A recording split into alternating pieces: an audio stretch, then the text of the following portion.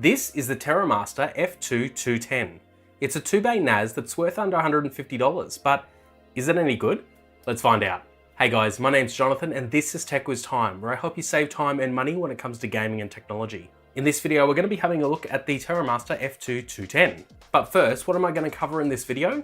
Well, I'm going to cover what you get for $150, and also how to set up and install the Terramaster F2-210. And I'm also going to go over the pros and cons of this unit itself at the very end of this video, so make sure you stick around. And in saying that, if you could also subscribe and hit the bell icon for notifications, that would be fantastic. And even sharing this video on social media platforms would be great as well. Alright, so what do you get for $150 NAS? Well, quite a lot. You get the 2 bays there for either 3.5-inch drives or 2.5-inch drives, and they're SATA drives, so either SSD or mechanical hard drives. On the back, you get 2 USB 3 ports, so you can expand the storage or hook up some external drives to the unit itself. And you also get a gigabit LAN port, so you've got fast transfer from and to the actual NAS itself. Now let's talk technical specs. So this little beauty here has a quad-core 1.4 GHz ARM 64-bit CPU inside.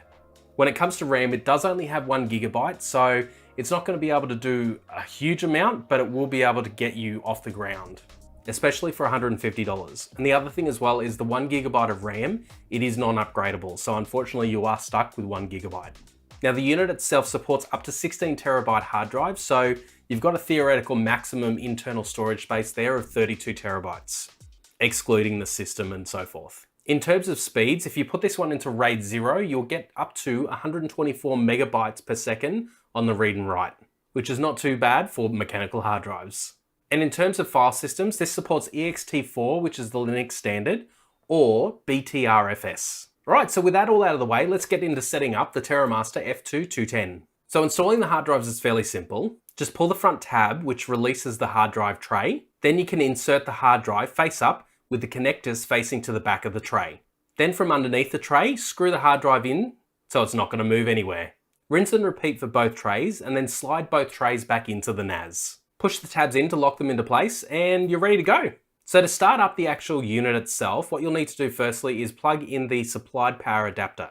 Once you've done that, you will also need to plug in an Ethernet cable and connect that to your home network, whether that's your router, modem or switch. You just need to power on the Terramaster NAS from the front power button, and then jump onto a computer that's on your network and navigate to start.terra-master.com. This will give you step-by-step instructions on how to set up your NAS and also the software that you'll need to install. So the first thing you'll need to do is select your NAS from the drop-down menu. So in our case, it's the F2-210. Now to keep things simple, and instead of having to figure out what your IP address is for your Terramaster NAS, they've included some software that you download and it will automatically find the F2-210 unit on your network. So once the NAS has been found, simply click on it and then click on the login button. This will pop up an Edge browser to begin the process. So simply click on Start and then click the Next button. This will just go through some checks to make sure that the hard drives that you've installed inside the unit are okay to go. Once it reports back that they're all good, you can click on the Next button. Now you can just leave this screen as it is, so it will automatically download the TOS system and then just click the Next button. This is where a message will pop up saying that the hard drive 1 and hard drive 2 will be deleted and do you want to continue? So as long as you're all good, just press OK to continue. This will then start the process of installing the TOS system inside the NAS itself. Or actually it'll start installing it on the hard drives that you've got installed in there. This can take up to 10 minutes, so just be aware of that. Go and make a coffee and just chill out. To give you an idea with my system, it took around 2.5 minutes to complete the install, excluding any rebooting time. Including the rebooting, it took about 3.5 minutes, so not that long. Once the system reboots, you'll be able to set up your admin account. Now, one of the things to note here is that the username, which is admin, cannot be changed. It needs to be admin, and that's all there is to it. So unfortunately, there's no way to actually give yourself a username at this point in the process. So what you will need to do is you will need to put in your password and then confirm that password underneath. Then you can select your time zone. In my instance, I'm in the Sydney time zone, which is +10. Then next, in order to have complete access to your NAS, especially if you forget the password or anything like that, it's recommended that you put in an email address here and then hit the send code button, which will send you a code to that email address that you can confirm that there is a link there. So once you've hit that send code button, it will send you a code into your email. Copy that code and then paste it into the box there and then hit next. So on this screen, we can leave this option as create volume on a new storage pool and just click next. Now this is where we can choose the type of volume that we want to create. And you've got a couple of different options here. One of them is to create a RAID 1, which means that you will have data protection. But it also means that if you've got, example here, you've got two 3 terabyte hard drives in here, it's going to use one of those as protection. So you're only going to have 3 terabytes of space available to you. But the upside of that is that you do get the protection there in case one of the hard drives fails. So if you are storing really sensitive data or stuff that you do not want to lose, then using RAID 1 is probably going to be the best option for you. So the other 3 options that we've got there is single disk, which means that the 2 3 terabytes will be combined into one 6 terabyte drive. The next one is RAID 0, which is again combining those 2 hard drives into one, but also increasing the speed. So you're going to get faster read and write speeds with RAID 0. And the third option is Jbod, or just a bunch of disks. And what this means is that basically these 2 3 terabyte hard drives in there will just be that. They'll just be 2 3 terabyte hard drives. They won't be joined, and if one hard drive fails, it does mean that the other hard drive will still be accessible. So you don't need to worry if you've got important files on one and this one fails, then you're still okay. But obviously you don't have any data protection with those 3 methods, so just be aware of that when you're going into it. So in my case, I'm going to choose RAID 1 and I'll just click next. So here we can choose the file system, and in my case, I've gone with BTRFS instead of ext4, and that's purely because of the features that it has for my use case. Generally, most people would just leave this as ext4 and then just click next. Actually, click confirm. And once you do click confirm, it will show you the stats of everything that you've just chosen there. And once you're happy with that, just click confirm again. And that's going to start formatting the RAID or the hard drives inside the unit. Now, I actually came into a problem here, and I wanted to leave this in the video just so you could see it too, especially if you're an enthusiast and you might have some spare hard drives lying around. So in my case, I had 2 3 terabyte hard drives lying around, but they had been used in a previous system. So because they'd already been partitioned and formatted in a different format, the NAS itself didn't like that. So I got to about 27% and said that I would need to remove all those partitions on another computer. So that's exactly what I did. I removed the hard drives from the unit, formatted them on a test bench that I had laying around here, and then put them back into the unit and started the process again. So once I went through the process again, it completed successfully and I got to the login screen. So I used the admin username and password and then logged in, and this is the screen that I got. So what you'll see on the right hand side is you'll see the statistics or the information about the unit itself, like CPU, hard drive space, and so forth. And then over on the left hand side, you've got all your icons there for things like applications, for control panel, and the file manager itself, amongst other things. So in terms of applications, this thing has a lot on there, especially if you're a web developer or looking to get into some small server tasks. You'll see them all on the screen right now. It's even got Plex on there if you're looking to set up some sort of media server. Media server.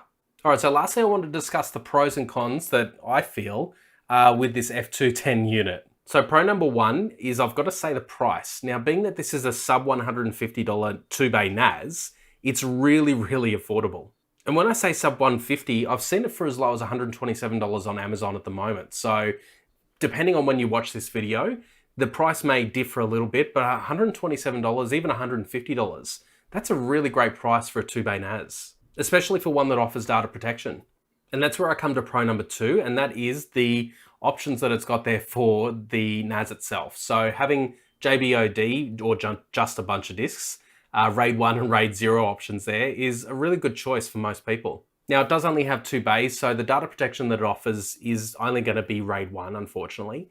But if you're, say for example, you've got 2 16 terabyte hard drives in there, you're going to have 16 terabytes of space for backing up, say, as an example, your photography library. Now, raw photos, they can be anywhere from 20 megabytes to 100 megabytes each. So if you're doing a photo shoot and you've got a ton of photos there, even 10 photos at 100 megabytes, that's a gigabyte there. So you can imagine that's going to chew through the hard drive space. So having that option for RAID 1 there to protect your valuable data, then yeah, to be honest, that's a really great investment right there. And pro number 3 is the applications that are available with the F2-210 unit. So to be honest, if you're looking to get into web development or anything like that, this is probably the perfect unit for you because it's got everything in there that you could get started with WordPress, Joomla, or any of the other programming languages in there. like Python for scraping. The other thing this would be great for as well is being a cloud storage unit. So as a good example, you could use either Google Drive, OneDrive, or Dropbox and have this unit back up straight to those services. Plus also keep a local backup. So having a local backup on the F2-210 and then having a cloud backup on those services. Which then brings me to the cons. Now, I did have a couple and these won't affect everyone, but this is just me and my personal situation. So con number one is definitely the hard drives. So if you've got spare hard drives lying around and they've already been pre-formatted, I should say, then you're going to run into a problem with this particular unit. If you're using fresh hard drives straight out of the box, then you're not going to have any issues. But if you say pulling a hard drive out of a pre-formatted external case, then you might have an issue when it comes to this one here. So con number two is this is just my personal experience with NASes. So with the Terramaster F2-210, you do need to install software to be able to detect where the NAS is on your network or what the IP address is. Now with other manufacturers out there, they do have a system in place where you basically just go to a website and it will detect it automatically and start the process. So there's no more software to install. So for most people, this isn't going to be an issue. You've just got to download a piece of software and start the process. For me, myself, purely because I have the experience with different NASes, this was a little bit of an extra step that I had to take, which I wasn't expecting. So this won't be a con for everyone. It's just more of a little con for me. And the third and final con is to do with the actual fan on the rear. Now, the fan protrudes quite a bit. And aesthetically, you're probably not going to see it because it's at the back, but it would have been nicer if the whole unit actually went out flush to the fan itself. It would have made the unit a little bit longer all over, but it's that length anyway with the protrusion. So I don't see why it couldn't have just been taken right out to the very rear. So one last thing that I didn't talk about after the pros and cons is the materials that it's actually made of. Now, I should have talked about this at the start, but I'm here now, so I might as well talk about it. So the actual base itself is metal. So it's metal all over, except for the front and the rear. So the front and the rear are plastic, and the trays itself here are plastic as well. So it's quite durable plastic, but it is plastic nonetheless. So that's just for those people that want to know what the actual construction of the unit is, instead of, I could have not discussed it, but there's going to be someone that is definitely going to ask, like, is it metal? Is it plastic? Is it all plastic? Well, yeah, that basically answers it. The main bulk of the unit is metal. The trays, the front and the back are plastic. So have any of you guys ever used Terramaster before? This is my first time and I've just gotten a little bit used to it. So leave me a comment down below and let me know your experiences with the Terramaster brand. Let me know if you want me to check out any more of their products and also look at tutorials or anything like that for this channel. If you want to help support this channel, you can in 3 different ways. One of them is to subscribe and hit the bell notification icon. Another way is to share this video on Facebook, Twitter, or Reddit. And a third way is to make a small contribution on our Patreon campaign. All right, and lastly, if you've made it this far in the video, I know I always say this, but I really appreciate you watching it. I really do. I put a lot of time and effort into these videos. They're not just something that I slap together. I really try and bring something that's high quality and something that you guys are going to enjoy. So yeah, if you have made it this far in the video, I just want to say I really appreciate you watching this.